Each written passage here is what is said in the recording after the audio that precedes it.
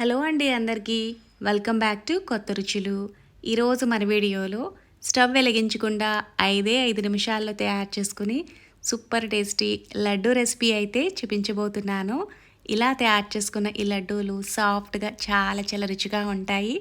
చూస్తేనే తినాలనిపిస్తుంది కదా. ఈ లడ్డు ఎలా తయారు చేసుకోవాలి, ఆ ప్రాసెస్ ఏంటో చూద్దాం రండి. వీడియో అంతా చూసిన తర్వాత మీరు కూడా ఈ లడ్డూను ఒకసారి ట్రై చేసి మీకు ఎలా అనిపించిందో నాకు కామెంట్ చేయండి. ఇప్పుడు ఈ లడ్డు ఎలా తయారు చేసుకోవాలో చూద్దాం రండి. మిక్సీ జార్ తీసుకుని ఇందులోకి కప్పు నిండుగా పుట్నాలను తీసుకోవాలి. ఇవి వేగినవే కాబట్టి తిరిగి వీటిని వేయించుకోవాల్సిన అవసరం లేదు. ఏ కప్పుతో అయితే పుట్నాలను తీసుకున్నామో అదే కప్పుతో 2 కప్పుల అటుకులను తీసుకోవాలి. ఈ అటుకులను కూడా వేయించుకోవాల్సిన అవసరం లేదండి. మనకి ఆల్రెడీ ఇవి వేగే వస్తాయి కదా, అటుకులు కూడా క్రిస్పీగా ఉంటే సరిపోతుంది. ఫ్రెష్గా ఉన్న అటుకులు అయితే లడ్డు టేస్ట్ చాలా బాగుంటుందండి.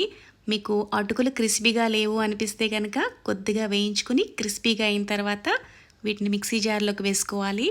నేనైతే ఇక్కడ అటుకుల్ని వేయించుకోలేదండి, క్రిస్పీగా ఉన్నాయి నాకు ఆల్రెడీ ఇవి.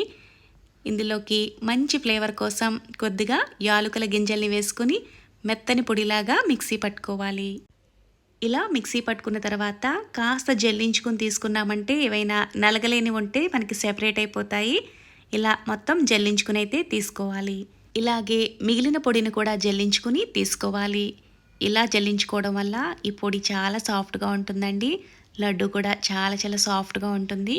ఇప్పుడు ఇలా జల్లించుకున్న ఈ పొడిని కాసేపు పక్కకు పెట్టుకుని మిక్సీ జార్లోకి ఏ కప్పుతో అయితే అటుకులను పుట్నాలను కొలిచి తీసుకున్నామో అదే కప్పుతో కప్పు నిండుగా పంచదారని తీసుకోవాలి.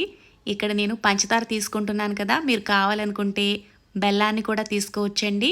బెల్లం తీసుకుంటే కనుక 1-2 టేబుల్ స్పూన్ల ఎక్స్ట్రా బెల్లాన్ని వేసుకోండి. ఇప్పుడు మెత్తని పొడిలా చేసుకుని ఈ పంచదార పొడిని కూడా జల్లించుకుని తీసుకోవాలి. ఇలా మొత్తం అంతా జల్లించుకుని అయితే తీసుకున్నాం కదా, ఇందులోకి కొద్దిగా ఇలా కొబ్బరి పొడి వేసుకుంటే ఫ్లేవర్ చాలా బాగుంటుందండి. ఇక్కడ ఒక పావు కప్పు వరకు కొబ్బరి పొడి వేస్తున్నాను. మీ దగ్గర ఎండు కొబ్బరి ముక్కలు ఉన్నాయనుకోండి, మిక్సీ పట్టుకుని కూడా ఇందులోకి మిక్స్ చేసుకోవచ్చు మీరు. ఇవన్నీ కలిసేలా ఇలా బాగా మిక్స్ చేసుకున్న తర్వాత 3 టేబుల్ స్పూన్ల వరకు ఇందులో నెయ్యిని వేసుకోవాలి. ఈ లడ్డూలు ఎక్కువ రోజుల పాటు నిల్వ ఉండాలి అంటే మొత్తం అంతా నెయ్యి వేసుకుని ఈ లడ్డూలను చుట్టుకోవచ్చు.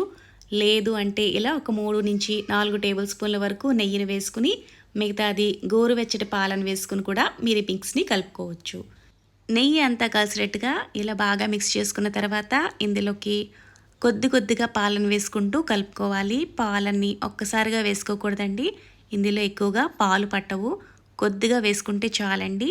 ఇలా అంతా కలిసేలా బాగా మిక్స్ చేసుకున్న తర్వాత వీటిని మీకు కావాల్సిన సైజులో లడ్డూలుగా చుట్టుకోవడమేనండి.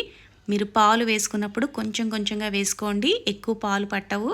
నెయ్యి వేసాం కదా, ఇప్పుడు మీకు కావాల్సిన సైజులో లడ్డూలుగా చుట్టుకుని తీసుకోవడమే. సింపుల్గా 5 నిమిషాల్లో ఇలా తయారు చేసుకున్న ఈ లడ్డూలు సాఫ్ట్గా చాలా రుచిగా ఉంటాయి. ఎప్పుడైనా తీపి తినాలనిపిస్తే చాలు, చిటికలో ఈ లడ్డు రెసిపీని అయితే తయారు చేసుకోవచ్చు. వీడియో అంతా చూసిన తర్వాత మీరు కూడా ఈ స్వీట్ రెసిపీని ఒకసారి ట్రై చేసి మీకు ఎలా అనిపించిందో నాకు కామెంట్ చేయండి. లడ్డు చూస్తేనే తినాలనిపిస్తుంది కదా, ట్రై చేసి మీకు ఎలా అనిపించిందో కామెంట్ చేయండి.